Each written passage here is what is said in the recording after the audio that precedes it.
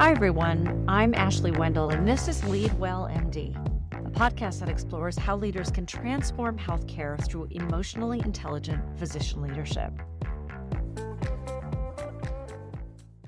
Today, we're tackling a topic that speaks to the very essence of leadership, creating cultures of trust, compassion, and purpose in healthcare. My guest is Dr. Apurv Gupta, and we'll explore what it truly means to build a loving organization, why this shift is essential in healthcare, and how leaders, especially physician leaders, can create environments where people feel valued, heard, and inspired. If you've ever wondered how to move beyond burnout culture and into something more sustainable and fulfilling, this conversation's for you. Hi, everyone. Today, I am so excited to talk to a physician who I think is out there making an incredible difference within healthcare.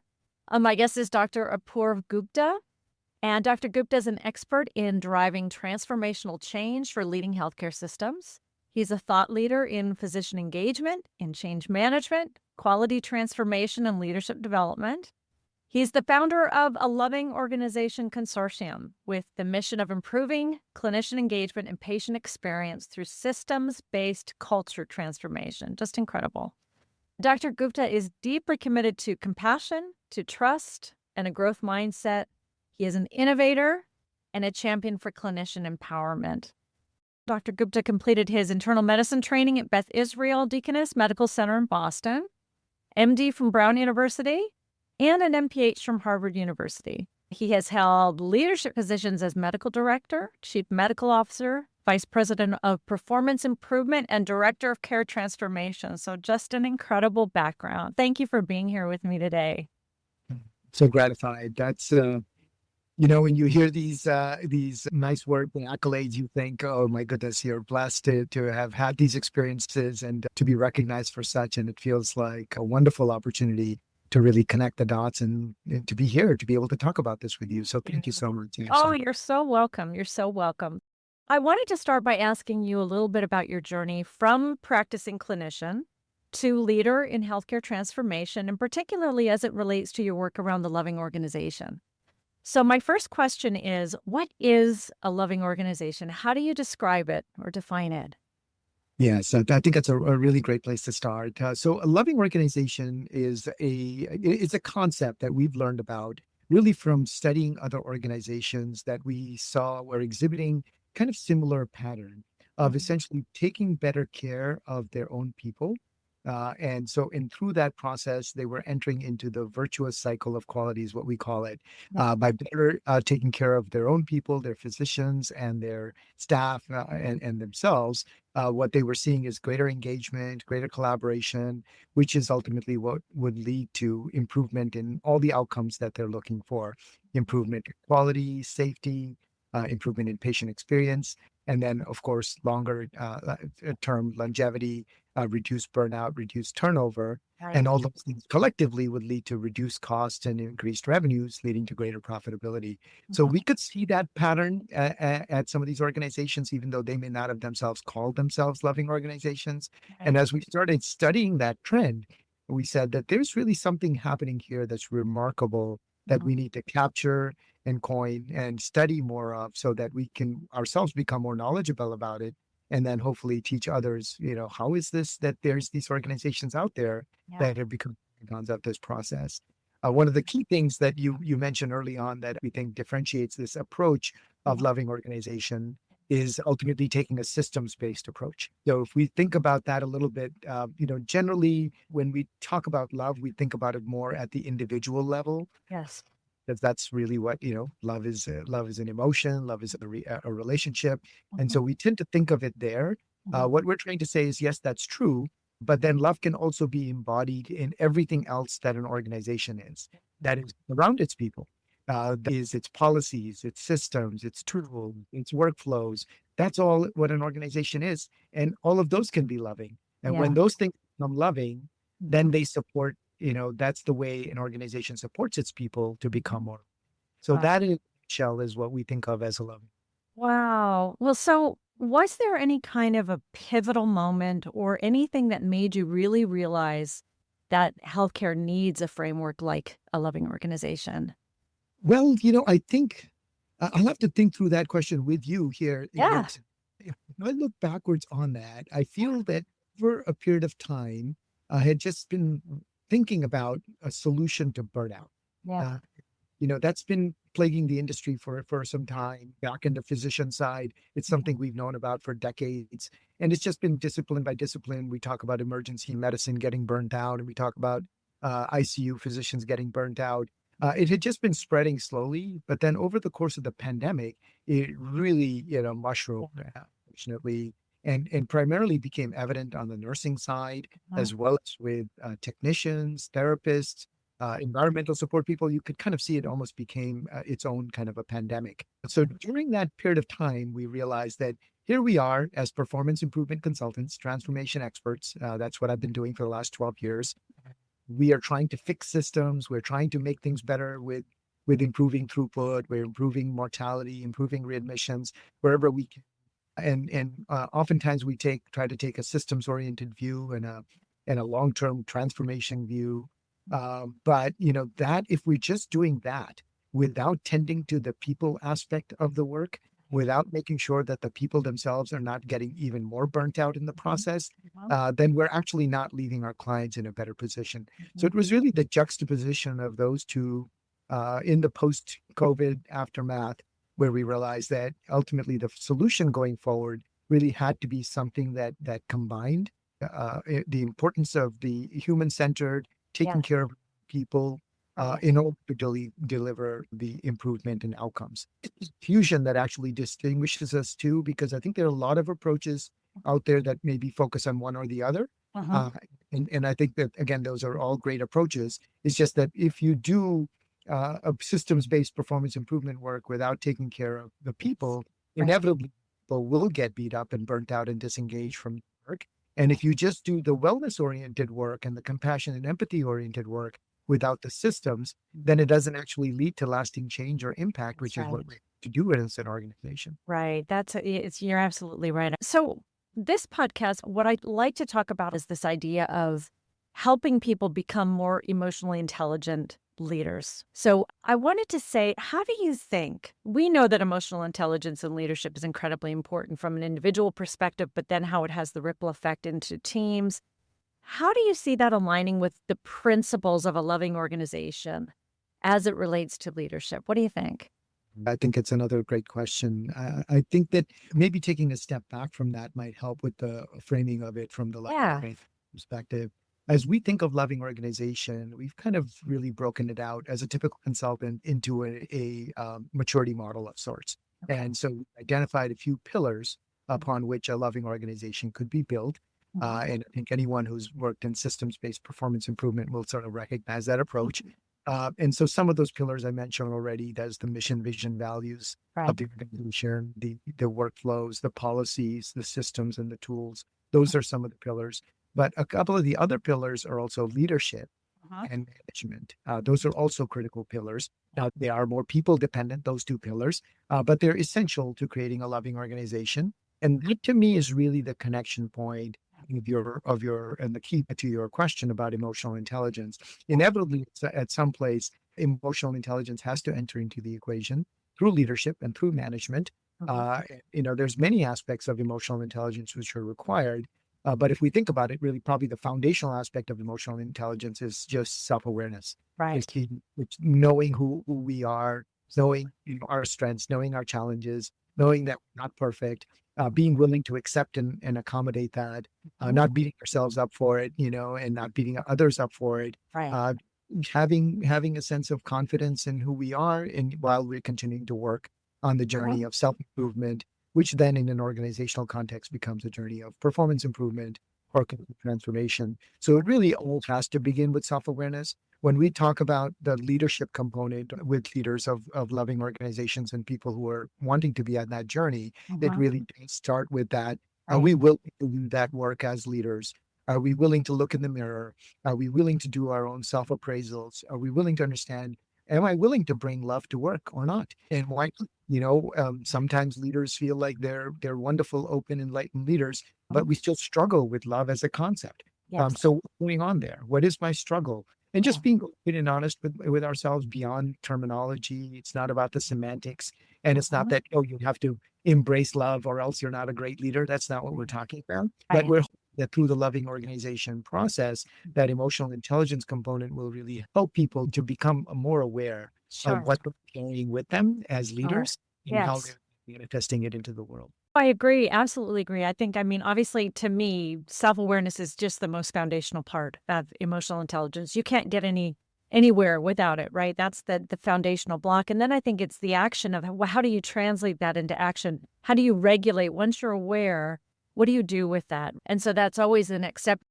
And so the question I had for you actually too was, how do you see that foundational aspect really helping to bring the values of a loving organization to life? And it sounds like this self-awareness piece is really critical. Absolutely. Yeah. Yeah, absolutely. And so then and you say bringing it to life, I think that's Yeah. a great next place to go to. So it's Yes. recognizing that we as leaders may all be at different places in our journey. Yes. And it's an individual leadership journey. It's an Mhm. organizational journey where Yes. there's a reason why we're here together. There's a Yeah. reason why we have decided to come to this organization. Yes, of course, we all expect to get paid and compensated. And that's one big part of the reason why we tend to go to work. But that's not the only reason, because from a panoply of choices that we may have, we often choose the one that's suited to our temperaments and to the values and to our culture. And so it's remembering that, and then remembering that that's a commitment that we've not just made for ourselves in order to continue to derive meaning and purpose and joy and bring that into work, but that's really a compact that we've made with our other fellow leaders. So that's where we usually like to start the work, is invoking the organization's own mission, vision, value, the ones that we hopefully resonated with at some point when we Yes. signed a dotted line, but we may not remember them as often as we really should be. And so it's making those values of the organization come alive. It's not Right. replacing them. We don't need Right. to change them. Inevitably, especially for any healthcare organization, they will have some really core, very well-meaning and well thought through values that will include things like empathy and compassion and Yes. human-centeredness and whatever form. They don't have to say love. It doesn't Right. matter. They just have to be able to talk at a more deeper level about what's really meaningful. Uh-huh. And the goal there is to then connect all of us, reconnect all of us, I should say, Right. back into that mission, vision, values of the Right. organization.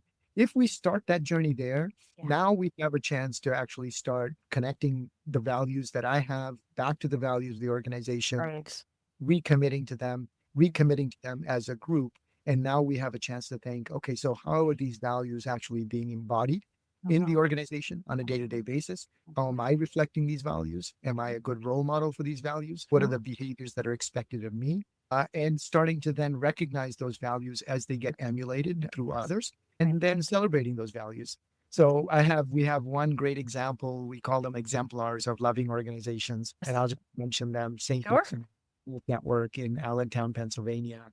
They're just like one of the best examples of a loving organization we found. Their leaders, Donna Sable, who's their chief quality officer, just talks about how this process that I just laid out is almost like essential to the creation of a loving organization, is knowing the values, living the values, recognizing the values, and then celebrating the values. And when those values get celebrated, then everybody picks up on it. Oh, Right. this is what it is. So that's how we actually wind up taking something Yeah. from our awareness and connecting it back to the awareness of everyone, and more actively bringing it into the organization. Let me ask you something about that. So this is interesting because this is an exercise that I'm actually actively working in an organization with about their values and about how to help their physician leaders and other clinician leaders be able to connect to the values and align with the values. What do you do when there's a gap in perception of values? Because I think that that's where some organizations can have challenges, or some of the leaders can have challenges getting on board because they feel potentially that the values that the organization is espousing are not being actively lived on the ground. So I'm wondering, I mean, that's a tough question, but have you Yeah, ever had any thought around that? Just that bridging of absolutely. values and connection and Yeah. Well, I hope yes. this is awesome. This is so much fun because it's almost like a project we're working on I together. know. You will like problem solving, finding out. Maybe in the next version, we'll figure out a way for the audience to participate too. And Yes, so that'd be great. live problem solving. But I Right. think you Yeah. actually gave the answer in the question itself, Yeah. because at least that's what I'm hoping, Mhm. because this is the way we normally do it. Usually, what we find, I would say the great majority of the time, if not all the time, is that the gap is not in the values of me as an individual and in the organization's values. It's Mm. a gap in the organization's values and the way in which those values are actually being Yeah. exhibited. Yes. It's the implementation of the organization's Yes. values. So Agree. again, so we take the organization and the people, starting with the leadership, but then let's say the physician leadership, and Sure. everyone has to be part of this process. We want to connect them back to the actual values, the stated, agreed upon values that Mhm. I don't really know that anybody really has a disagreement with. At that level, if you feel that actually the disagreement is really at the level of the values themselves, I think then implementation, just like you say. Mhm. yeah. And, Uh, sometimes I can think of an organization where, they had certain values and those values didn't completely inspire me, but mhm. I could live with those values. So it Right. wasn't Right. like a complete dissonance with those values. Right. Uh, it's just a matter of, again, are those values actually being practiced on a day-to-day basis, which Right. is the great emphasis of this work, which I'm so glad that you're doing this work with your client also, is to take them back to the actual values. Let's make sure that we agree to those, Yeah. and then let's figure out together, why are we seeing them exhibited or not seeing them exhibited? What are Right. some examples of when we feel like we're not being true to our values? As soon as we're not true to our values, Yep. unfortunately, we as leaders are doing a great disservice to our people, Right. because that's all they need to be able to see, is that we're talking trust, transparency. We're talking about, empathy. But then Right. we are, as leaders, are not manifesting that. Exactly. It doesn't take much time. Actually, within weeks to months of rolling out, these bold values, you're going to lose people very quickly, because they will very quickly see that they're not being Yeah. implemented. So let's go back to emotional intelligence. That the key part of emotional intelligence is be able to see Yes. and reflect and actually understand and take the feedback, and that, Yes. and be willing to take that feedback, that it's not just me thinking, oh, we need to be more compassionate and loving, and now we've created these values and we've rolled them out, but am I actually open to people Right. telling me, hey, Apurv, whatever you came up with, it's not working, Yes. it's not working. So Yes. another great example of how That's for emotional sure. intelligence has to come back into the picture. If we start with a really solid foundation and are committed to those values, Mhm. then I think the rest of the messaging and the mission can then be carried out. Well, and the openness to hearing about it when people maybe are feeling that disconnect.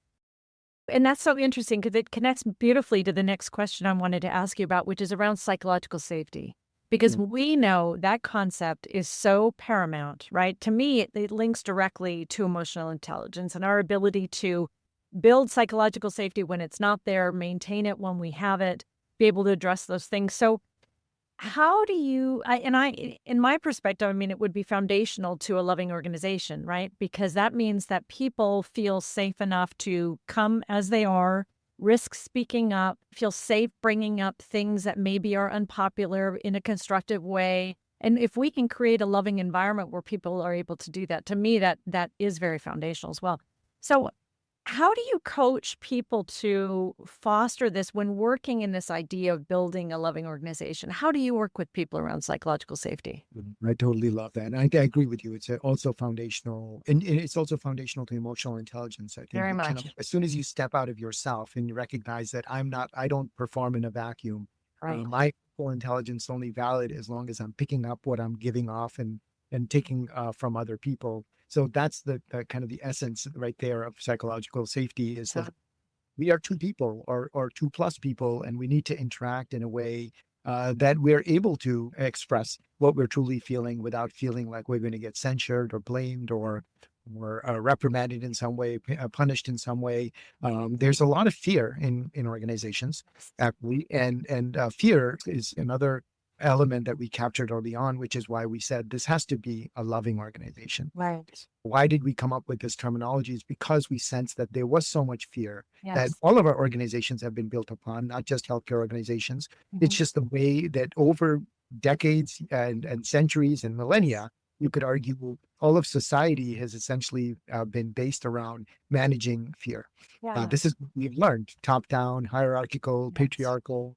I Mhm. know what needs to be done. I'm the boss. I'm the supervisor. Uh, I'm going to tell you what needs to be done, and then you're going to do it. And then I'm going to come back a week later and check if you did it.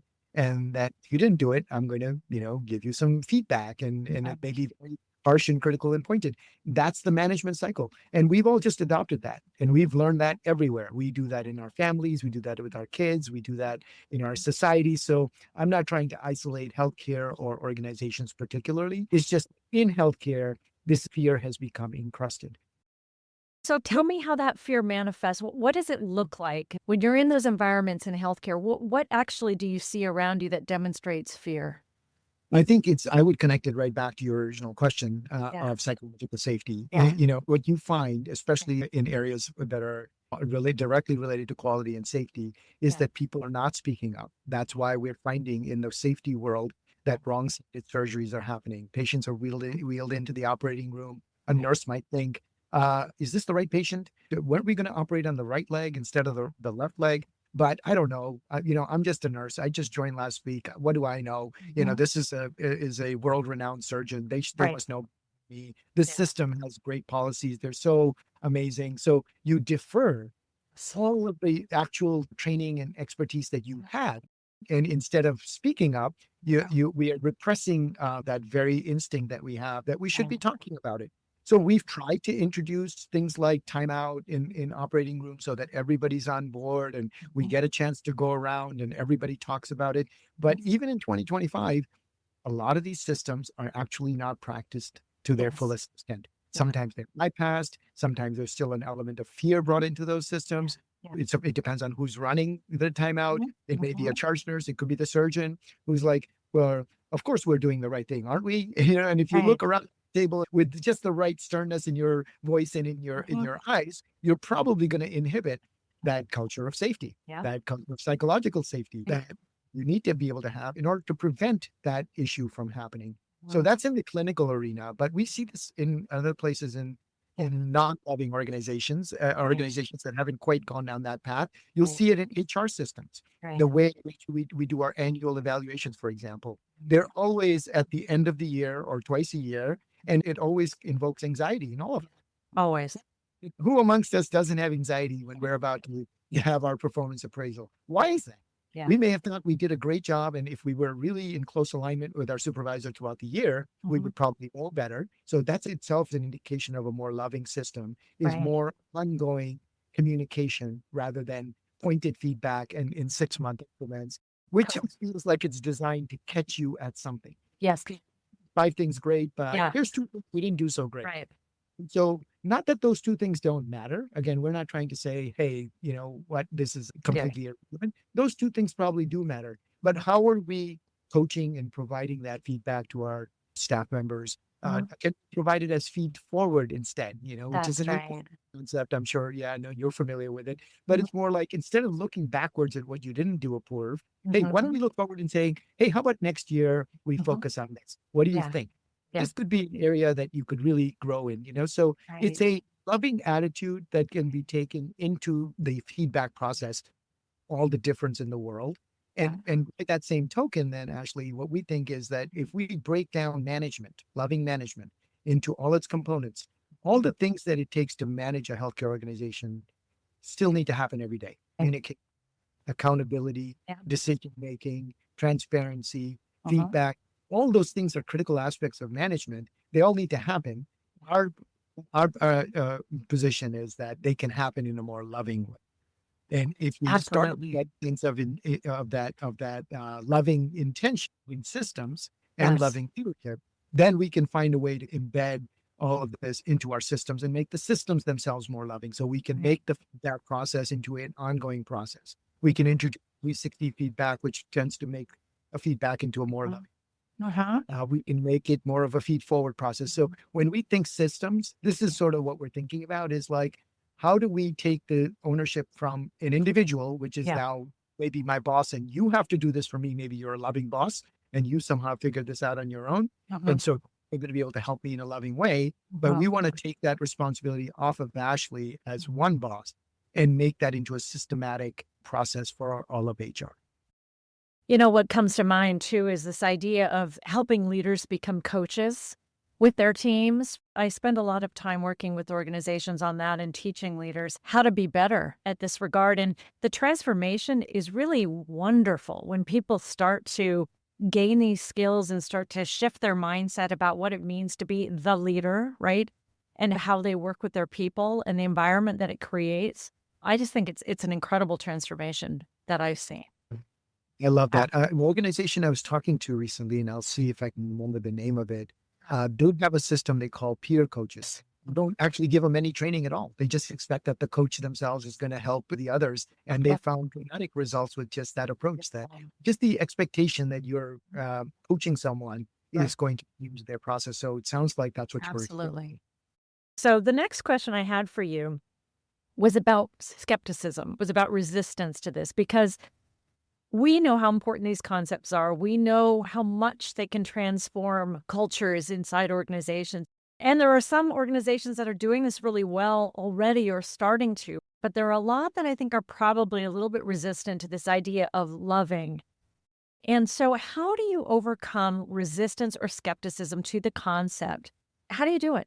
I'll throw out some ideas and then I'll Yeah. put some ideas on this, right? So a few thoughts on this. One is that I think we fully expect quote unquote resistance because we are so super early in this journey. There's just a handful of organizations that we've seen that are even on this journey, that even if they were on this journey, they may not have even called it a loving, journey. And so it's going to be a long road. And that's something for us to recognize that this is probably, I mean, love is as old as, Jesus Christ and Krishna and, all our religion and all our saints, right? So it's thousands and thousands of years old. And so there's nothing fundamentally new about love itself, other than the way in which we're trying to bring it into organizations through the systematic approach. So we just have to recognize that this is not going to be something that we're just going to roll out this idea of loving organization and people are going to line up and sign up, and say, oh my God, why didn't I think about this? We're fully thinking of this as a calling. And for those of us who are involved with this, it may take a long time. It may take decades for this to come together. So that's one answer I'd have to your question, is that resistance to some extent is expected and is going to be built in to the culture. But the second, I think, comes off of that, which is that we've only identified a handful of exemplar loving organizations, and we're really only looking for the next handful. This is a very early stage initiative. It's kind of at the innovation type of a stage. And if you look at the maturity models of the stages of innovation, this is going to take a while before it becomes truly mainstream, where the typical organization is saying, hey, why aren't we a loving organization, right? We think it's going to take us some time to get there. So we're only really looking for, if we've identified 10, we're probably only looking for the next 5. All we need to demonstrate really to ourselves and to the world is that it's possible, it's doable, and working together with a group of like-minded people, we can do it. So we're limiting our own expectations and limiting our own sense of what the resistance is, because we know that it's going to be there. And then if you're agreeing with me with the hypotheses we're laying down so far, then the next hypothesis is then what we really need to find in terms of overcoming resistance is the people that are really overcome the resistance already. It's great to learn that other people are thinking about this. It's great to learn that other organizations are living this way. That inspires me even more. Maybe I should bring in a group of people from the outside to help me think about this. Right. So you're kind of working with resistance at a different level. It's almost bypassing it to some extent because you're working with at least one leader. I would say maybe usually it's at least one leader in an organization that would start this off. It may be 2 or 3 leaders. It doesn't need to be the whole organization, but certainly a small group of leaders that are committed to this that will then help us work through the resistance in the rest of the organization.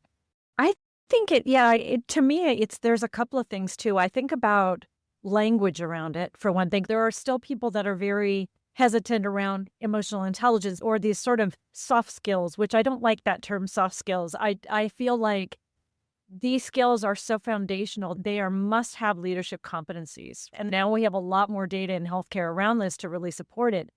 So I guess language is one thing, the way that we speak about what loving organization actually means, and then looking at what are the actual outcomes that we could point to. There's data out there to support the improved communication, with some of those patient quality, safety, all those issues, right? So, how do you think about it in terms of that aspect of it? I mean, when you think about a loving organization, what impact do you feel that it will have, that it does have on those kinds of outcomes? Yeah. Well, I'm so glad you brought it back to that, Ashley. I think it's probably the most essential question of all. I think that if we're going to be successful in this endeavor, Yeah. it's going to be because people realize that this can make lasting outcomes. And it's not just a nicer, gentler, a better way of taking care of our people, which is all great. But if that doesn't result in a better outcomes for the organization, then it's not ultimately going to get invested in because it's going to require an investment. This is not the type of performance improvement activity that you can implement and 3 months later, you're going to see the benefit. 6 months later, you're going to see the benefit. A year later, you're going to see its impact on the bottom line. I think that this will make an impact on the bottom line, but in order to see that, you have to kind of understand how culture gets created, how culture leads to strategy and operations, and how once that's operationalized, how it leads to the improvement in all the outcomes we had talked about earlier. Your quality scores get better, your safety scores get better, your patient experience gets better. So now there's more word of mouth. People are referring more patients into you, so your volumes go up. Your staff member engagement gets better, so that leads to decrease in turnover, which leads to decrease in costs. And as these factors all come together critically, that's how costs go down and revenues go up, and what leads to actually what most organizations really want to drive for, which is increased profitability. So Right. from the point of view, when you had asked the question earlier, like, why now? Why did you guys think of this now? Why does this all come together now? We think of this as really the only path to sustainable profitability. Yeah. The organizations that are working on this now, to some extent, if they're going to be with all the margin pressures on them, all the workforce pressures on them, all the technology pressures on them, everything that's now coming down on organizations is just becoming harder and tighter and tighter. The only way that an organization truly can succeed going forward in a long term is by making sure that it's taking care of its people this way. So it's really incumbent on us to not only talk about that, but then to show that connection and show that, yes, if you do this work in this way, then it will show up in improved length of stay. It'll show up in reduced pressure ulcers. And that's what some of our loving organization exemplars have helped us understand is that they have the metrics that they're tracking that show that this renewed attention to their own people and their creation of this loving culture is actually showing up in all of the outcomes that they're trying to deliver. That's right. So I would sum it up as really trying to remind ourselves that it's about profit plus purpose, not one or the other. We're Yeah. not trying to say only love matters and forget about everything else. Margin plus mission, right? It's like it's an integrated, holistic approach, which is really the only way that we think our organizations are going to succeed going Yeah. forward. That's right. Absolutely. It's funny. I saw a statistic recently that said people are 400% less likely to leave in healthcare, to leave their job if their direct supervisor, their direct leader has a higher level of emotional intelligence, which to me means they lead in a loving way. I do connect those two. And so think about that, 400% less likely to leave their job. And when you think about retention, That can go wrong. is You think empathy is a yeah, is a key part of emotional intelligence, and so it's yes, that very much. empathy component that we're really building off of. Yeah, When you have self-awareness, yeah, self-regulation, and yeah, now you have empathy, now it's the what are the steps I'm taking towards it? Sort of like what we're building out of, but it has to start with a foundation of emotional intelligence. yeah, 100%. Yeah, Right. yeah. You know? Well, let me ask you this. So if there is somebody listening who has been inspired to want to start leading in a more loving way, what advice would you give to a clinician leader who does want to start thinking about how to do this better, to lead with love? What's something small, some small practice that they could do starting today that you think would make a difference for them? Yeah. I love that question too. I think I always like starting small. I feel like that's the way I Yep. built my own life and career is like step by step by step. Way Mhm. back when, even today, when people come to me and say, "How do I get into this field? What do you do?" I say, "Just start a small project. That's Do right. something small. Yeah. If just you know how to do it, learn, and Yep. then demonstrate to others that you know how to do it." So I love thinking that way. In the context of this question specifically, what can someone do? I think probably the best, well, I mean, I won't repeat what we already said, which is start with self-awareness, but it's always great to start with your own emotional intelligence Yes. inventory. But let's say building off of that, what's Yes. another thing somebody could do? I think it's listening. Mm. That's the key, really. Mhm. And every one of us, I think, can get better at listening. We can always continue to improve. Oh, That also is based on emotional intelligence because it's mhm. about self-regulation and self-awareness, not wanting to hog the airtime, so to speak, Yep. not feeling like I'm the only one that has something to say. Yes. I've got a critical message. I just have to disseminate it. And, Yep. until I get it done, I Right. can't be calm. So I'm really agitated and anxious until I get it out. Right. So those are the things that prevent that true active listening, Mhm. which is so critical to actually being a loving leader, loving Yes. clinician, loving physician leader.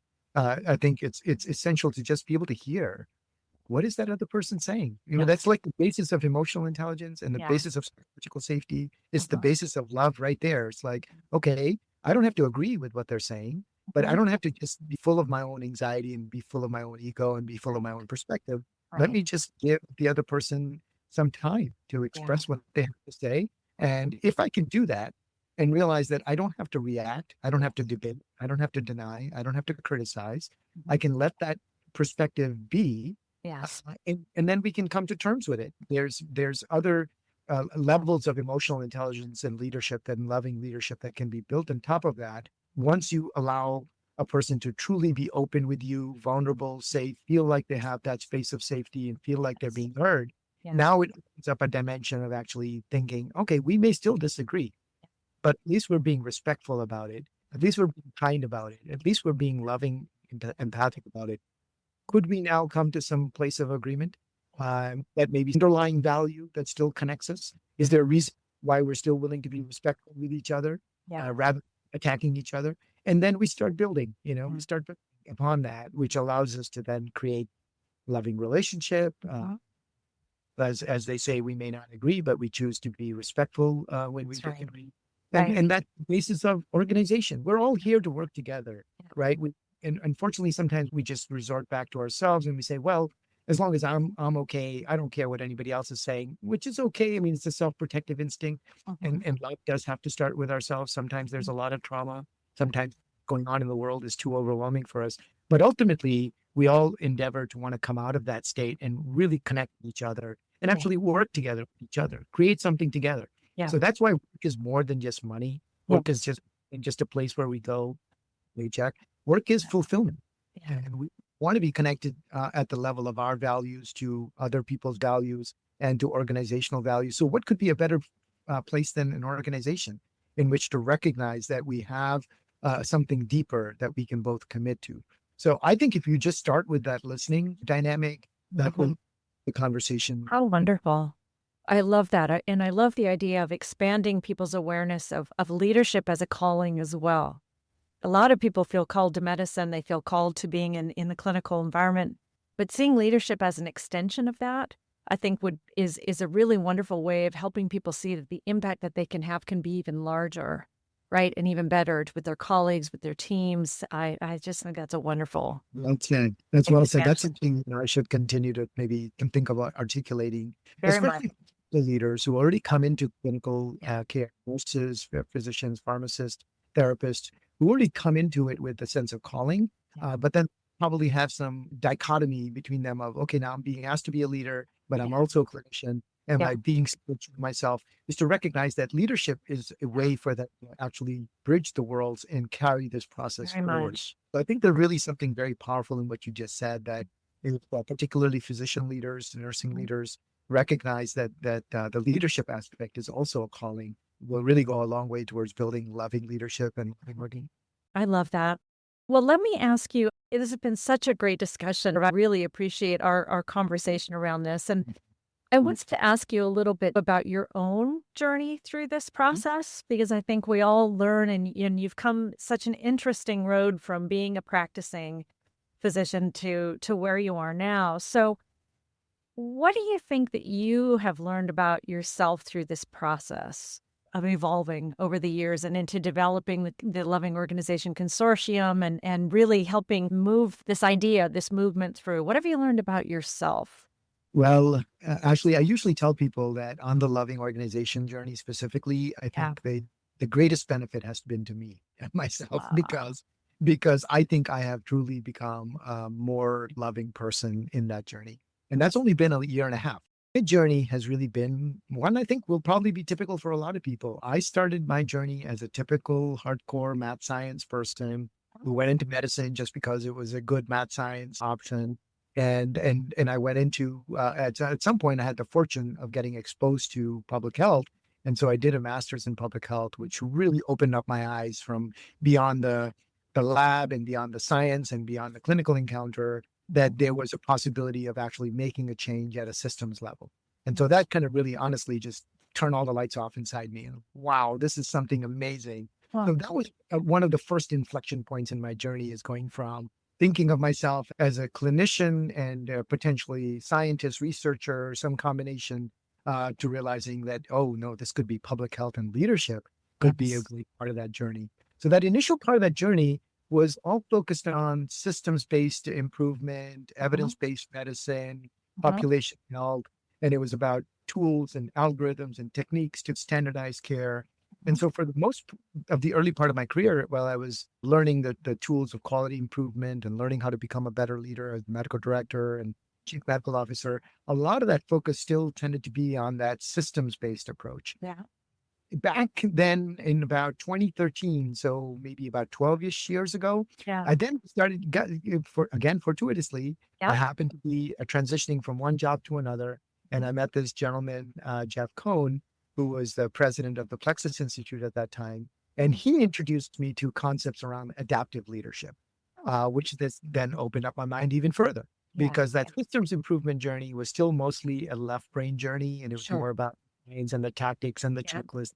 What can we do to make sure that everybody's following the standard? Good leadership then got me thinking, whoa, okay, it's not just about what I already know, it's about what other people are bringing to the table. You could say it's probably where the emotional intelligence should come in, and Absolutely. allowing for true listening and relational coordination and such.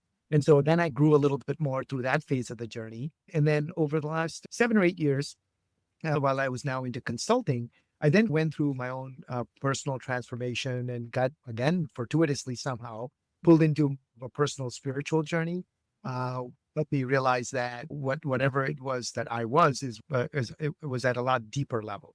Prior to this, I was probably an agnostic, maybe an atheist. I really wasn't into any particular religion, let alone spirituality. Mhm. But somehow, and this is a topic for another conversation, somehow the spirituality just kind of came deep inside me. Yeah. It was actually at another transition point from one job to another.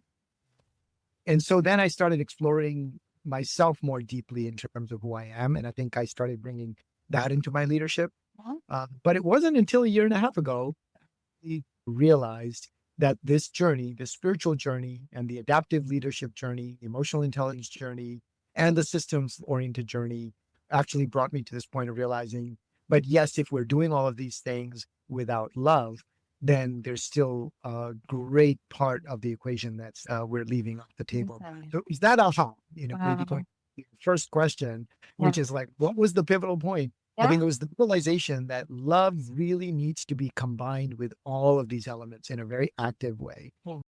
Love is emotional intelligence, as we've been Mhm. discussing. Love is Yep. adaptive leadership. Yep. And ultimately, love combined with the systems based approach Yes. is really what's going to allow our organizations to thrive. Right. In the year and a half, that's been the journey. And honestly, it's been myself going on an even deeper spiritual journey inside myself, realizing, well, what is love? And am I loving? Am I not loving? In what ways can I be more loving?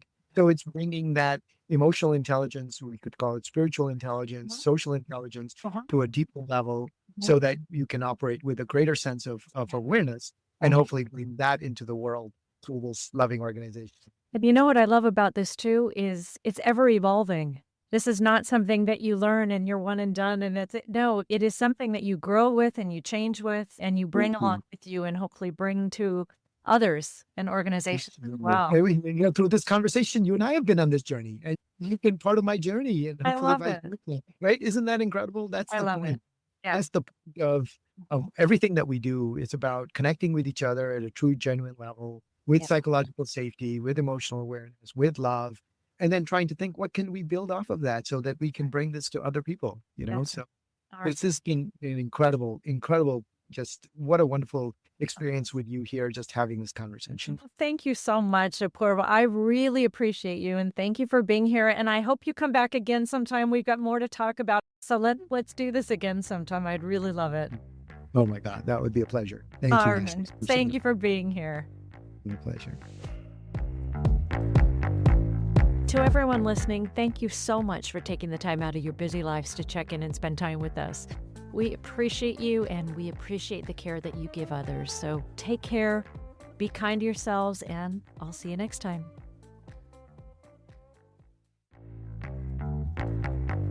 LeadWellMD is produced by Ashley Wendell and Physician Leader Group. Get new episodes as soon as they're published by following LeadWellMD on your favorite podcast app. And don't forget to share with your colleagues and spread the word.